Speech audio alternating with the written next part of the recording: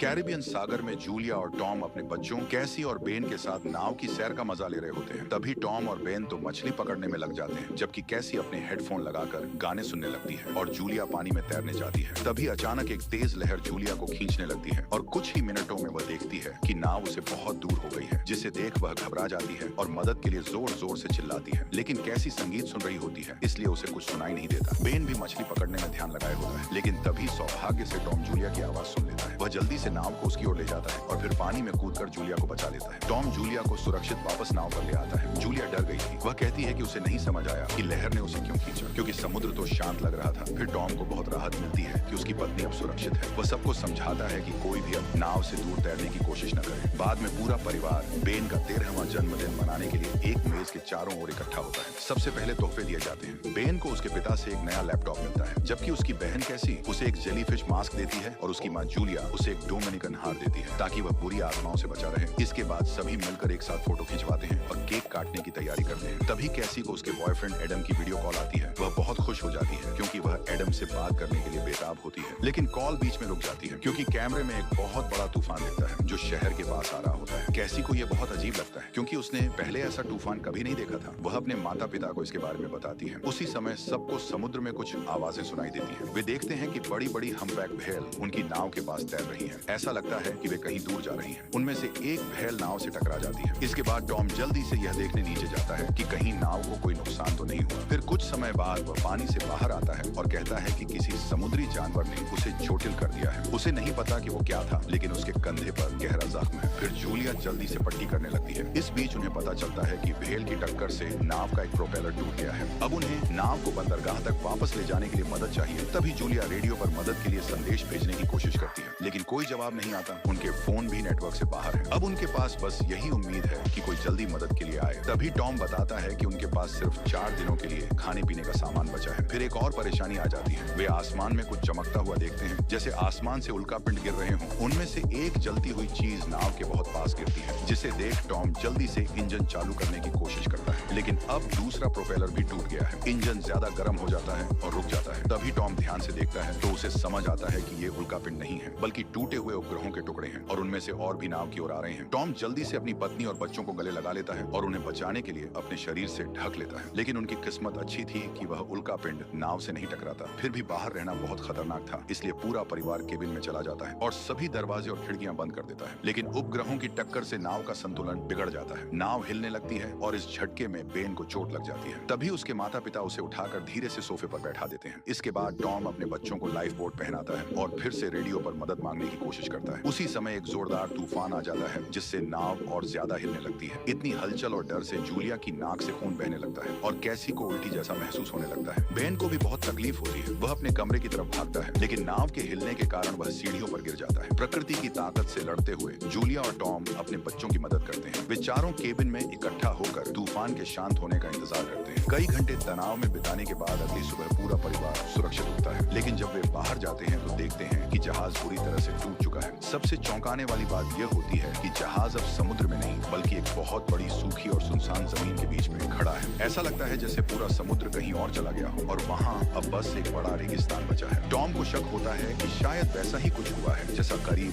7 लाख साल पहले हुआ था, जब धरती के नॉर्थ एंड साउथ पोल बदल गए थे। अगर यह सच है तो हो सकता है समुद्र की बहुत बड़ी लहरें उठी हों और इस वजह से करोड़ों लोग मारे गए हों। ये सुनकर कैसी बहुत दुखी हो जाती है। उसे डर लगता है कि उसके बॉयफ्रेंड एडम के साथ कुछ बुरा हो गया है। वह अपने कमरे में जाकर खुद को बंद कर लेती है। तभी उसके माता पिता उसे समझाने की कोशिश करते हैं, लेकिन उनके पास ज्यादा समय नहीं है। वे जल्दी से जहाज की मरम्मत करने और जितना हो सके उतना खाना पानी इकट्ठा करने निकल जाते हैं। बेन भी मदद करने का फैसला करता है। वह अपने जन्मदिन के गुब्बारे लेता है और उन्हें रस्सी से बांधकर ऊपर उड़ाता है, ताकि अगर आसपास कोई जिंदा हो तो वह उन्हें देख सके। उसी समय टॉम रेडियो को ठीक करने में सफल हो जाता है और फिर से मदद के लिए कॉल करता है। इस बार उसे किसी नाव नाम के लड़के का जवाब मिलता है। वह कहता है कि वह एक पनडुब्बी का कैप्टन है। उसकी पनडुब्बी समुद्र की गहराई में खोज कर रही थी। लेकिन जब पृथ्वी के पोल बदल गए तो धरती के बीच में जमीन आ गई। वह यह भी कहता है कि यह घटना शायद इंसानों की गलती का नतीजा है, जैसे प्रदूषण फैलाना और प्रकृति को नुकसान पहुंचाना। तभी कैप्टन बताता है कि उसकी पनडुब्बी के कंप्यूटर से यह जानकारी मिली है कि यही घटना फिर से एक हफ्ते के अंदर दोबारा हो सकती है। इसका मतलब यह है कि समुद्र दोबारा अपनी जगह पर लौटेगा और रास्ते में जो भी आएगा उसे नष्ट कर देगा। इसीलिए अब वह उन्हें सलाह देता है कि वे जितनी हो सके उतनी ऊंचाई पर चले जाएं, वरना वे जिंदा नहीं बच पाएंगे। फिर कॉल खत्म होने से पहले टॉम पूछता है कि क्या पनडुब्बी इस जोरदार बदलाव को झेल पाएगी। तभी कैप्टन कहता है कि शायद पनडुब्बी बच सकती है, लेकिन उसमें सिर्फ 3 लोगों के लिए ही जगह है। अपने बच्चों की जान की चिंता करते हुए टॉम और जूलिया उससे गुजारिश करते हैं कि वह कैसी और बेन को पनडुब्बी में जगह दे, ताकि कम से कम उनके बच्चे तो बच सकें। जिसे सुन कैप्टन अब इस बात के लिए मान जाता है और उन्हें पनडुब्बी की लोकेशन बताता है, जो यहाँ से 3 दिन की दूरी पर है। अब जब उनके पास एक रास्ता है तो टॉम अपने परिवार से कहता है कि वे रात को थोड़ा आराम करें, क्योंकि अगली सुबह उन्हें लंबी यात्रा शुरू करनी है। फिर सुबह होते ही पूरा परिवार जितना हो सके उतना खाना और पानी इकट्ठा करता है। उसी वक्त टॉम देखता है कि एक अजनबी उनके जहाज के पास आ रहा है। उस आदमी के साथ एक कुत्ता है और उसके हाथ में एक हार्पून है। टॉम उसे दोस्ती का इशारा करते हुए पानी की बोतल देता है, लेकिन जैसे ही वह आदमी पानी पीकर खत्म करता है, वह अचानक टॉम पर हमला करता है और उसे जमीन पर गिरा देता है। यह देखकर जूलिया डर और गुस्से में अपने पति को बचाने दौड़ती है, लेकिन वह आदमी टॉम के गले पर हमला कर देता है और उसे मार देता है। अब कुछ भी करने में असमर्थ जूलिया जैसे ही अपने बच्चों को चेतावनी देने दौड़ती है, वह आदमी उस पर हार्पून फेंकता है जो जूलिया के कंधे में लग जाता है। गंभीर चोट लगने के बावजूद जूलिया किसी तरह जहाज तक भागती है और अपने बच्चों के साथ खुद को अंदर से बंद कर लेती है। उस आदमी ने भी पीछा किया और दरवाजा तोड़ने की कोशिश करने लगता है। अंदर जूलिया कैसी और बेन को एक फ्लेयर गन देती है और उन्हें कहती है कि वे सोफे के नीचे बने डिब्बे में छिप जाएं। फिर वह खुद बाथरूम में जाकर दरवाजा बंद कर लेती है और अपनी सुरक्षा के लिए एक चाकू साथ ले लेती है। कुछ देर बाद वो आदमी नाव के अंदर घुसने में कामयाब हो जाता है और बचने वालों को ढूंढते हुए खाने का डिब्बा उठा लेता है। इसी बीच जूलिया अपने कंधे पर कपड़े से पट्टी बांधती है और उस आदमी के आने का इंतजार करती है, जो अब धीरे धीरे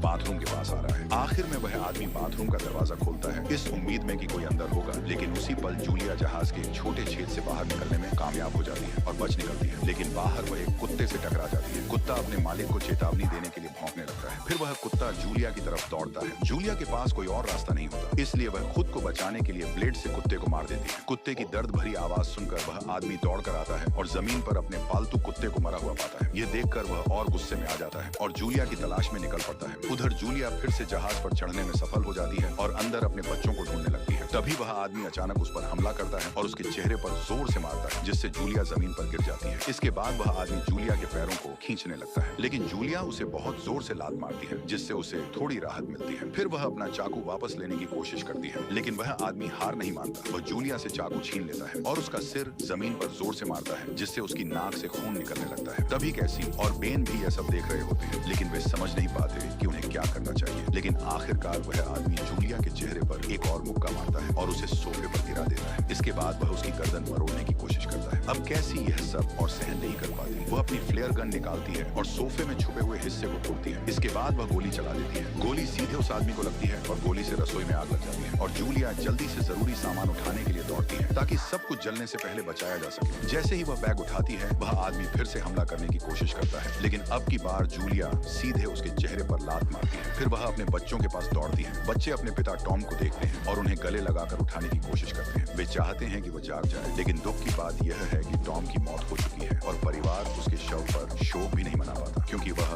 हार्पून वाला आदमी अभी भी जिंदा होता है और उनकी ओर बढ़ रहा होता है, जिसे देख जूलिया, कैसी और बेन तीनों पहाड़ों की ओर भागते हैं। जब वे थोड़ी दूर पहुंच जाते हैं तो कुछ देर के लिए रुकते हैं ताकि थोड़ी सांस ले सकें और अपनी ताकत वापस पा सकें। लेकिन बेन अब भी अपने पिता की मौत से बहुत दुखी होता है। उसे लगता है कि उसके गुब्बारे के संकेतों की वजह से ही वह खतरनाक आदमी जहाज तक पहुंच पाया। वह खुद को दोषी मानता है। तभी उसकी माँ जूलिया उसे दिलासा देती है। वह कहती है कि यह उसकी गलती नहीं है और वह अपने बच्चों को हर हाल में सुरक्षित रखने का वादा करती है। थोड़ी देर आराम करने के बाद तीनों फिर से पनडुब्बी की ओर चल पड़ते हैं, लेकिन कुछ ही मिनटों बाद बेन का सामना एक शार्क से होता है। यह शार्क ज्यादा देर जिंदा नहीं रह सकती, क्योंकि अब पानी बहुत कम है। तभी जूलिया अपने बेटे बेन से कहती है कि वह चलता रहे और वह अपनी दूरबीन से देखती है कि वह खतरनाक आदमी अभी भी उनका पीछा कर रहा है, जिसे देख परिवार जल्दी से यहाँ से भागता है। रास्ते में उन्हें इंसानों द्वारा फैलाया गया प्रदूषण दिखाई देता है, जैसे कि तेल के ड्रम और प्लास्टिक की बोतलें जो जमीन पर बिखरी होती हैं। फिर कई घंटे बीत जाते हैं और बेन को बहुत थकावट और पानी की कमी की वजह से चक्कर आने आने लगते हैं। वह बीमार महसूस करने लगता है। तभी जूलिया तुरंत पानी की बोतल लेने के लिए दौड़ती है, लेकिन उसे पता चलता है कि कैसी ने बोतल का ढक्कन ठीक से नहीं बंद किया था। अब उसमें बस कुछ ही बूंदे पानी बचा है। यह देखकर जूलिया गुस्से में आ जाती है। वह अपनी बेटी कैसी से कहती है कि यह उसकी गलती है और अगर उनके पास पानी नहीं होगा तो वे जिंदा नहीं रह पाएंगे। फिर जूलिया और कैसी के बीच बहस हो जाती है और वे कहती हैं कि शायद यह पूरी यात्रा ही बेकार हो गई है। लेकिन जूलिया ने उन्हें डांटा और कहा कि अब रुकना नहीं है, हमें बस चलते रहना है। तभी आखिरकार उन्हें रेगिस्तान के बीच में एक दुर्घटनाग्रस्त हुआ हवाई जहाज मिला। उन्होंने तय किया कि वे आज के बाकी दिन के लिए यही रुकेंगे और उसे अपना अस्थायी घर बना लेंगे। जैसे ही जूलिया एक सीट पर बैठी, उसने बेन के जन्मदिन पर ली गई एक तस्वीर देखी और अपने मरे हुए पति टॉम को बहुत याद किया। इस मौके का फायदा उठाते हुए कैसी ने अपनी माँ से पूछा कि वे दोनों कैसे मिले थे, जिस पर जूलिया ने बताया कि वह टॉम से एक अस्पताल में मिली थी जब वह वहाँ डॉक्टर बनने की ट्रेनिंग कर रही थी। टॉम एक कॉलेज रिसर्च के दौरान घायल हो गया था और उसे इलाज के लिए उसी अस्पताल लाया गया था। जूलिया ने उसकी देखभाल की और जब टॉम को होश आया तो उसे पहली ही नजर में जूलिया से प्यार हो गया। इसके बाद दोनों ने एक दूसरे को पसंद करना शुरू किया और उनका रिश्ता शुरू हो गया। लेकिन अपनी पढ़ाई की वजह से टॉम को वापस जर्मनी लौटना पड़ा। फिर कुछ महीनों बाद वह मियामी में एक नौकरी के ऑफर के साथ लौट आया। इस नौकरी को लेने की सिर्फ एक शर्त थी कि जूलिया को उसका साथ देना होगा। इसलिए टॉम ने जूलिया से शादी करने के लिए कहा, जिस पर जूलिया ने बिना ज्यादा सोचे हाँ कर दी और फिर दोनों ने मिलकर एक खुशहाल जिंदगी बिताई। लेकिन उनकी यह खुशहाल दुनिया तब टूट गई जब टॉम की जान उसी आदमी ने ले ली जो अब उनके परिवार को भी परेशान कर रहा है। जैसे ही जूलिया ने ये सब बातें खत्म की, तीनों टॉम को याद करके रोने लगे। इसके बाद वे दिन के बाकी हिस्से में थोड़ा आराम करने की कोशिश करते हैं। समय बीतता है और जूलिया और बेन सो जाते हैं, जबकि कैसी जाग जाती है और प्लेन के बाहर कुछ काम करने चली जाती है। उसे पता नहीं होता कि वही खतरनाक आदमी उसके पीछे छिपा है और धीरे धीरे उस पर हमला करने के लिए पास आ रहा है। लेकिन उसे यह भी नहीं पता कि जूलिया भी जाग चुकी है। जैसे ही जूलिया उसे देखती है, वह बिना समय गंवाए चाकू लेकर उस आदमी की पीठ में वार करती है। फिर उसके दिल पर एक और जोरदार हमला करती है। उस आदमी को जिसने उसके पति की जान ली थी। घायल देखकर जूलिया रुकती नहीं, वह गुस्से में बार बार चाकू से वार करने लगती है, जैसे अपने सारे दर्द और गुस्से को बाहर निकाल रही हो। कैसी अपनी माँ का गुस्सा देखकर हैरान रह जाती है, लेकिन वह उसे गले लगाती है ताकि जूलिया शांत हो जाए और चाकू छोड़ दे। आखिरकार वह खतरनाक आदमी मारा जाता है और परिवार उस रात आराम से सो पाता है। लेकिन अगली सुबह जब वे उस आदमी के शरीर को देखने जाते हैं तो देखते हैं कि उसे किसी जानवर ने बुरी तरह फाड़ दिया है। यह देखकर जूलिया डर जाती है कि शायद पास में कोई और ज्यादा खतरनाक चीज या कोई और इंसान मौजूद है। इसलिए वह अपने बच्चों से कहती है कि वे तुरंत अपनी यात्रा फिर से शुरू करें। कड़ी गर्मी में चलते चलते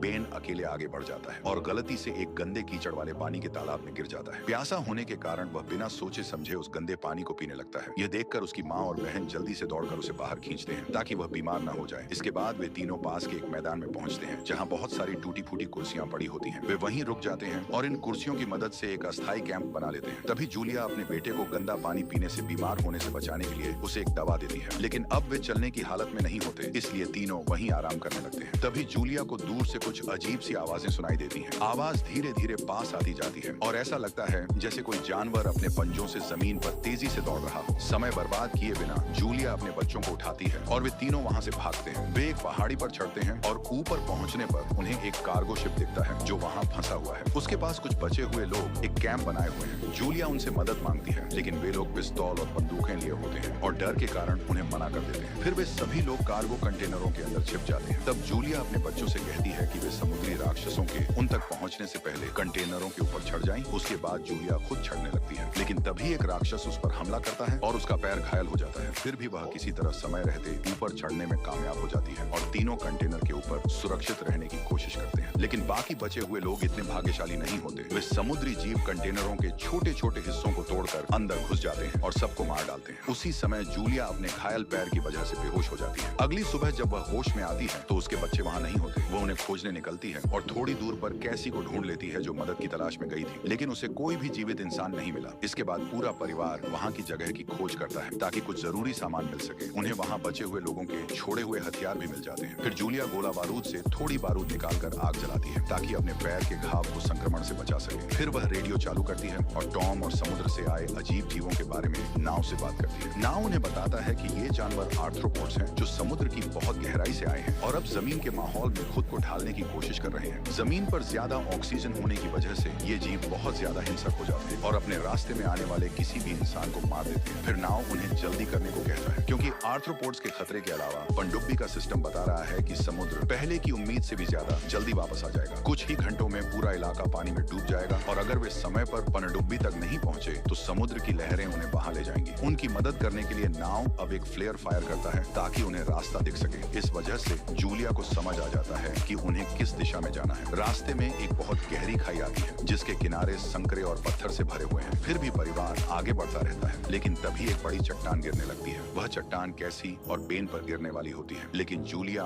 उन्हें धक्का देकर बचा लेती है। हालांकि गिरती चट्टानों की वजह से माँ और बच्चों के बीच एक रुकावट आ जाती है और अब जूलिया उनके पास नहीं पहुंच सकती। फिर भी वह अपने बच्चों से कहती है कि वे आगे बढ़े और खुद को बचाएं। बच्चे पहले तो मना करते हैं, लेकिन जूलिया उन्हें जोर देकर समझाती है कि वह किसी तरह दोबारा उनके पास आ जाएगी। इसके बाद कैसी और बेन पनडुब्बी की ओर दौड़ पड़ते हैं। जब वे वहां पहुंचते हैं तो उन्हें दिखता है कि नाव बहुत बुरी तरह घायल है। ऐसा लगता है कि उस पर भी आर्थ्रोपोड्स ने हमला किया है। बहुत खून बह जाने के कारण उसके पास अब ज्यादा समय नहीं बचा है। फिर भी वह चाहता है कि बच्चे सुरक्षित पनडुब्बी के अंदर चले जाएं और वह अपनी जगह जूलिया को देना चाहता है। जब कैसी ये सुनती है तो वह जूलिया को वापस लाने के लिए दौड़ पड़ती है। तभी बेन उसे अपनी माँ का दिया हुआ हार देता है ताकि वह सुरक्षित रहे। कैसी फिर दौड़ती हुई उस खाई में वापस जाती है। उधर जूलिया को आर्थ्रोपोड्स की आवाजें सुनाई देती हैं और वह कैंप से उठाई गई शॉटगन से उन पर गोलियां चलाती है, लेकिन आर्थ्रोपोड्स ज्यादा हैं और उसकी बंदूक की गोलियां लगभग खत्म हो चुकी हैं। उसे लगता है कि अब बचने की कोई उम्मीद नहीं है, इसलिए वह बस अंत का इंतजार करती है। लेकिन तभी ऊपर चट्टानों से कैसी दिखाई देती है। वह अपनी माँ की ओर हाथ बढ़ाती है और कहती है कि पनडुब्बी में एक सीट अब भी बची है। ये सुनकर जूलिया हिम्मत जुटाती है और कैसी की मदद से चट्टानों पर चढ़ जाती है। फिर माँ बेटी दोनों तेजी से पनडुब्बी की तरफ दौड़ते हैं जहाँ सैकड़ों आर्थ्रोपोड्स उनका पीछा कर रहे होते हैं। वे देखते हैं कि नाव अब जीवित नहीं है और चारों तरफ समुद्री जीव फैलने लगे हैं, लेकिन जूलिया, कैसी और बेन किसी तरह पनडुब्बी के अंदर घुसने में सफल हो जाते हैं। अंदर वे खिड़की से देखते हैं कि एक बहुत बड़ी समुद्री लहर उनकी तरफ बढ़ रही है। वे जल्दी से अपनी अपनी सीट पर बैठते हैं और सीट बेल्ट बांध लेते हैं। फिर आखिर में समुद्र की बड़ी लहरें पूरे रेगिस्तानी इलाके को ढक लेती हैं और पूरी ताकत से पनडुब्बी को धक्का देती हैं। अंदर बैठे जूलिया, कैसी और बेन को यह नहीं पता होता कि वे जिंदा बच पाएंगे या नहीं। जूलिया को टॉम की मौत और उस आदमी की याद आने लगती है जिसने उनका पीछा किया था। इन दुखद यादों के साथ साथ समुद्र की डरावनी ताकत का डर भी उन पर छा जाता है जो पनडुब्बी को बार बार एक तरफ से दूसरी तरफ झटका देता है। फिर भी परिवार हार मानने को तैयार नहीं होता। वे एक दूसरे का हाथ थामे रहते हैं और इस तूफानी हालात का डटकर सामना करते हैं, यह उम्मीद करते हुए कि वे जिंदा बच जाएंगे। फिर कई घंटों की अनिश्चितता के बाद वे महसूस करते हैं कि पनडुब्बी अब स्थिर हो गई है, जैसे वह जमीन पर आ गिरी हो। जूलिया ऊपर का दरवाजा खोलती है और देखती है कि वे तीनों एक ऐसे शहर में पहुंच गए हैं जो समुद्र की विशाल लहरों से पूरी तरह तबाह हो चुका है। अपने बच्चों को जिंदा और सुरक्षित देखकर जूलिया उन्हें गले लगा लेती है और उन्हें राहत महसूस होती है कि एक पारिवारिक यात्रा जो एक डरावने संघर्ष में बदल गई थी वह अब खत्म हो गई है और वे जिंदा हैं। तो आपको ये फिल्म कैसी लगी नीचे कमेंट में जरूर बताएं।